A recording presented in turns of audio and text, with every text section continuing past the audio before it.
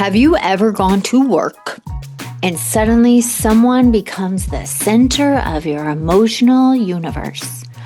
You check if they emailed you, you replay the conversations in your head with them, you analyze their tone, you wonder if they look at you differently today. Your mood rises and falls depending on whether they give you f***ing attention.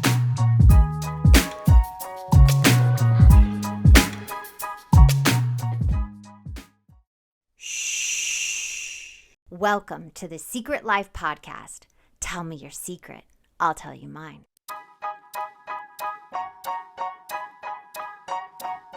Recovery doesn't end when the chaos stops. That's when the real work begins.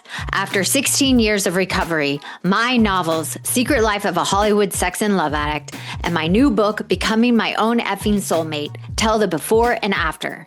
The addiction, the healing, and the messy realities of learning how to choose yourself. Both are available now on Amazon. Welcome to Secret Life Podcast. I'm Brianne Davis-Gant. Today I'm pulling back the curtains of all kinds of human secrets. We'll hear about what people are hiding from themselves or others. You know, those deep, dark secrets you probably want to take to your grave, or those lighter, funnier secrets that are just plain embarrassing. Join me each week as we take a deep dive into one subject matter, exploring the how, what, when, where, and why of it all. This is Secret Life, and I'm excited for you to join the ride. Today, we are talking about limerence in the workplace. Yes, a lot of my clients deal with this, and they get trapped in this cycle. So I wanted to talk about limerence at the actual workplace, which has happened to me as well, especially as an actor. You have those showmances. So here's my question for you. Have you ever gone to work and suddenly someone becomes the center of your emotional universe? You check if they emailed you, you replay the conversations in your head with them, you analyze their tone, you wonder if they look at you differently today. Your mood rises and falls depending on whether they give you fucking attention. And what's confusing is sometimes it's not even about actual love. It's an obsession. You are not in love with them. It's a fantasy. It's a longing. It's an emotional addiction. And today we are going to talk about that. Nobody talks about it. Limerence at the workplace is so debilitating to so many people that this is so important. And I want to talk about what it is, why it happens, why work environments are the perfect breeding ground for it, and the emotional dynamics underneath it. And more importantly, please, how to get yourself out of it. Because I have, and I get my clients out of it because it consumes you. It consumes your sanity, your peace, your career, your relationships, and more importantly, your sense of self. Because if you've ever experienced this, you will know it feels so intoxicating and fucking devastating at the same time. So let's talk about it. First, what is limerence? Limerence, the definition, is an intense emotional obsession with another person where your nervous system becomes hyperfixated on getting emotional validation, attention, reciprocity from them. It is not attraction. It's not just a crush. It takes over you. It's like engulfs you. Does that make sense? You think about them constantly. You assign meaning to your interactions. You fantasize about future scenarios. You emotionally depend on their responses. And most importantly, limerence usually thrives in uncertainty. Not certainty, not healthy intimacy, uncertainty. The maybes, the mixed signals, the almost, the emotionally ambiguity. That's the fuel. That's what gets people excited and attached. The workplace are absolutely packed with emotional ambiguity. You see each other daily, right? There's emotional tension. You make eye contact. You share projects. So you're creative. You stress bond. There's inside jokes. There's long hours. Emotional intimacy without actual intimacy. You slowly build a fantasy around this person while rarely dealing with the reality of who they actually are. And because the workplace often requires emotional restraint, professionalism, distance, your brain fills in all those missing pieces, and fantasy grows in silence. So let's talk about why limerence happens at the work specifically. Workplace naturally creates psychological intensity. You spend seriously huge amounts of time together, 8-9 hours together. You solve problems together. So your intellectual intimacy gets stimulated. You see each other under pressure. You're like, see, we can get through that hard time. You receive recognition or approval from one another. You're like each other's teammates. And sometimes, especially when you're emotionally deprived in your personal life or at home, the workplace becomes a place where you finally feel seen. That's important because limerence is rarely about the person. It's usually about what activates inside of you. Anybody I had limerence at the workplace, I look at them and be like, what was I thinking? I didn't even see them. They're not even that attractive. They're not even the type of person I would want to be with. There's no way we could be compatible in a home. And I even said when I was talking with one of my clients and he was dealing with this, I was like, she would rip you to shreds if you were together. She would make you feel less than. She wouldn't be like, that's who she is with her husband. And he was like, oh my God. I said, yeah, we could put a bag over her head. It's not about her. So they are usually just activating something in you. Maybe they make you feel chosen.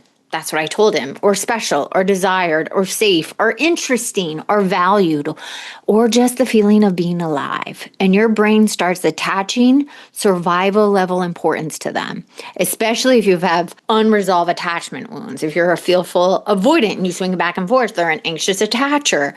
Or if you're a dismissive avoidant, that importance feeling, but then you just stay in that high. People with anxious attachment and those attachment wounds and emotional neglect history or inconsistent love in their childhood are very vulnerable to limerence because the nervous system learns early that love is unpredictable. So when someone becomes emotionally unavailable or inconsistent, your nervous system says, this is healthy. It doesn't say this is unhealthy. It says this is familiar. The familiarity often feels like chemistry, and that's the trap with limerence.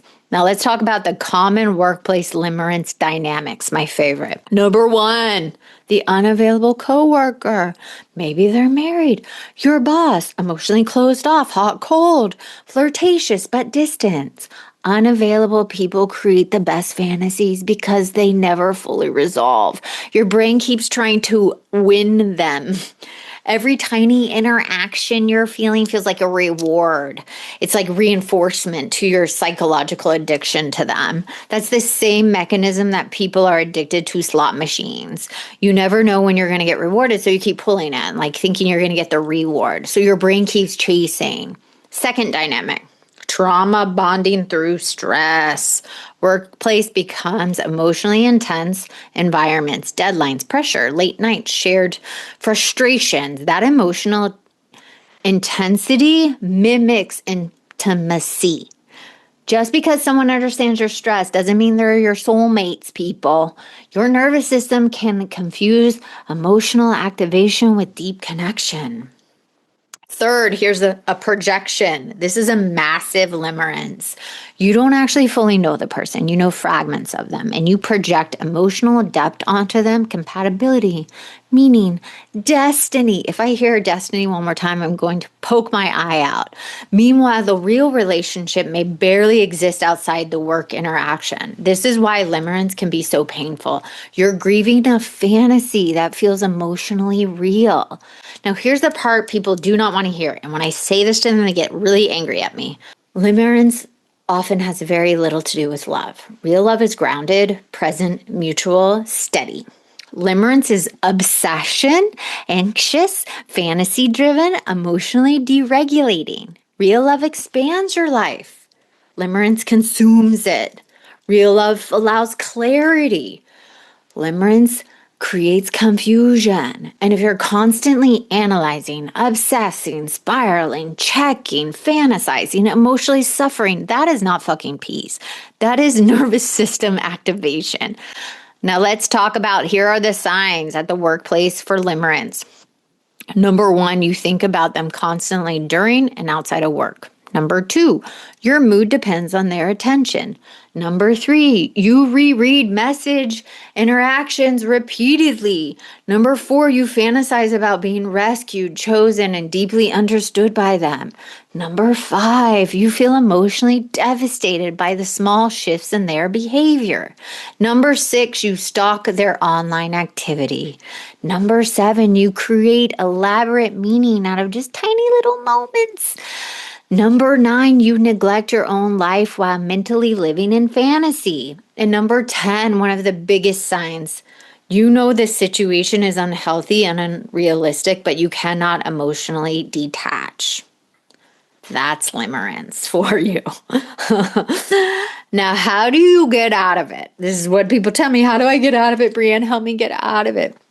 And I get it. I've been there. It is torture. You might as well torture. I would never go back to limerence after 16 and a half years of recovery. Will not touch it. Don't want to go near it. It is horrific. So number 1, here what I tell people. Stop romanticizing the obsession.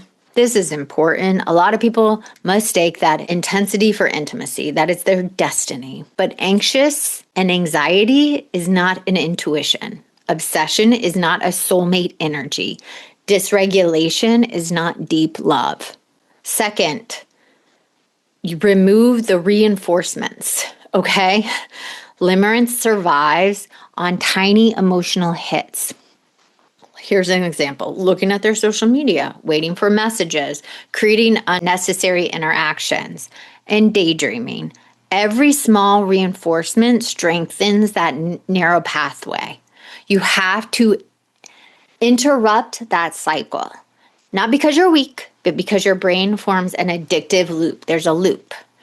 Third, get honest about the fantasy. Ask yourself, who is this person actually? Like I did with my client. I literally went through all her characteristics and said this and this and this and this. Do you like these? So you got to get honest. Who is this person actually? And list the characteristics. Not who you imagine them to be, not their potential, not the story. What evidence do you have? Look at all the evidence, because limerence thrives when reality is blurred. Clarity weakens the fantasy. Fourth, look underneath limerence. What is the deeper healing work for you? What emotional need is this attachment trying to meet? Do you want validation, escape, excitement, worthiness, to feel chosen, to avoid loneliness, to avoid grief in other areas of your life? Limerence is often a distraction from unmet emotional pain. And until you address that root wound, your brain may simply transfer the obsession onto another person. Here's the fifth one. Reconnect to your actual life. This is the work I had him do. Reconnect to his wife, to his joys, his pastime, fun things he did in childhood, what brought meaning to his life, where he was creative. Healing expands again. You have to start healing. Reconnect to friendships. Find a purpose. Get creative. Get into movement. Find spirituality, real intimacy with your partner.